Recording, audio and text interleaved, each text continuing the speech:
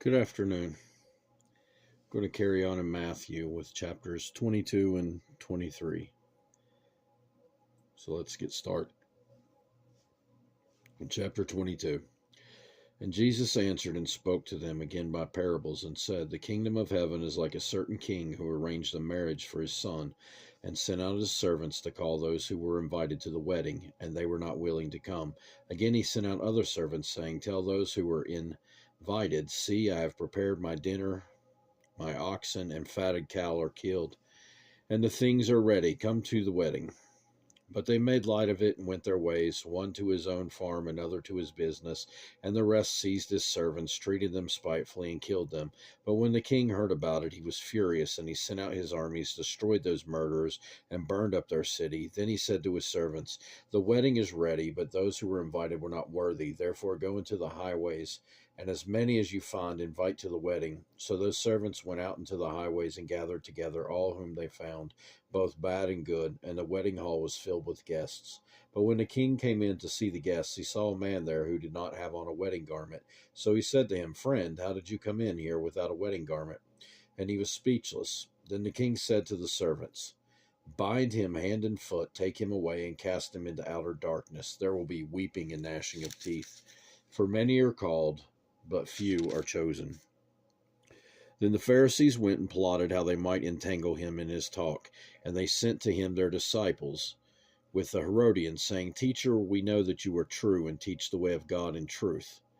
Nor do you care about anyone, for you do not regard the person of men. Tell us, therefore, what do you think? Is it lawful to pay taxes to Caesar or not? But Jesus perceived their wickedness and said, Why do you test me, you hypocrites?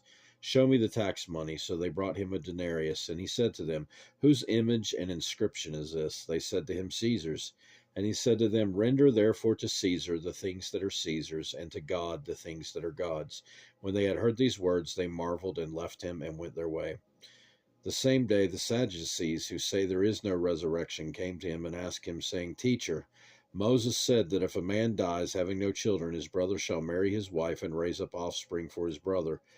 Now there were with us 7 brothers. The first died after he had married, and having no offspring, left his wife to his brother. Likewise the second also, and the third, even to the 7th. Last of all, the woman died also.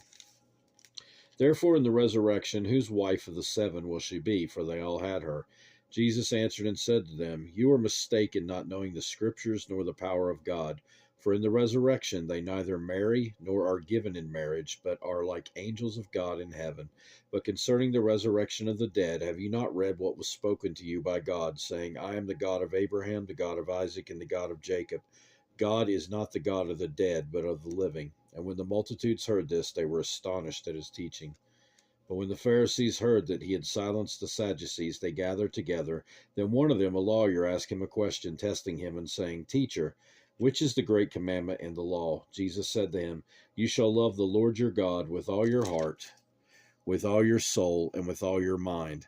This is the first and great commandment, and the second is like it. You shall love your neighbor as yourself. On these 2 commandments hang all the law and the prophets. While the Pharisees were gathered together, Jesus asked them, saying, What do you think about the Christ? Whose son is he? They said to him, The son of David. He said to them, How then does David to the Spirit call him Lord, saying, The Lord said to my Lord, Sit at my right hand till I make your enemies my footstool. If David then calls him Lord, how is he his son? And no one was able to answer him a word, nor from that day on did anyone dare question him anymore. Chapter 23. Then Jesus spoke to the multitude and to his disciples, saying, The scribes and the Pharisees sit in Moses' seat. Therefore, whatever they tell you to observe, that observe and do. But do not do according to their works, for they say and do not do. For they bind heavy burdens, hard to bear, and lay them on men's shoulders, but they themselves will not move them with one of their fingers. But all their works they do to be seen by men. They make their phylacteries broad and enlarge the borders of their garments. They love the best places at the feast and best seats in the synagogues, greetings in the marketplaces, and to be called by men, Rabbi, Rabbi.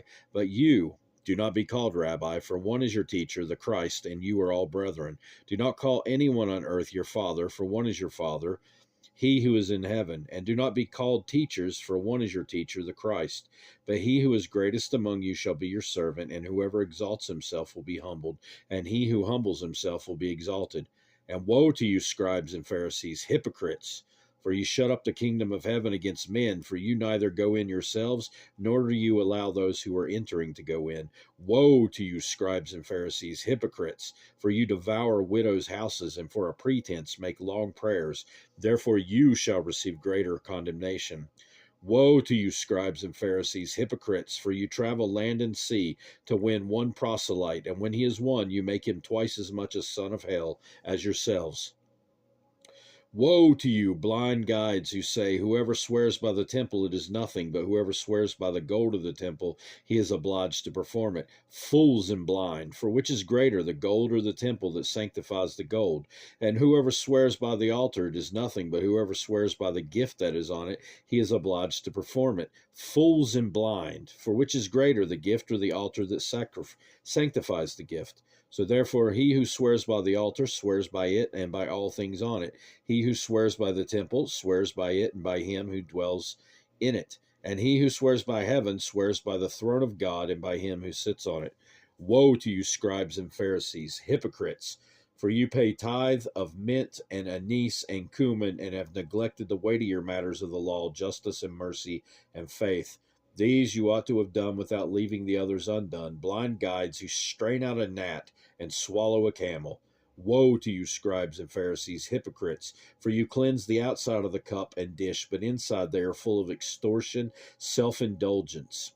Blind Pharisee, first cleanse the inside of the cup and dish, that the outside of them may be clean also. Woe to you, scribes and Pharisees, hypocrites! For you are like whitewashed tombs, which indeed appear beautiful outwardly, but inside are full of dead men's bones and all uncleanness. Even so, you also outwardly appear righteous to men, but inside you are full of hypocrisy and lawlessness. Woe to you, scribes and Pharisees, hypocrites! Because you build the tombs of the prophets and adorn the monuments of the righteous, and say, if we had lived in the days of our fathers, we would not have been partakers with them in the blood of the prophets.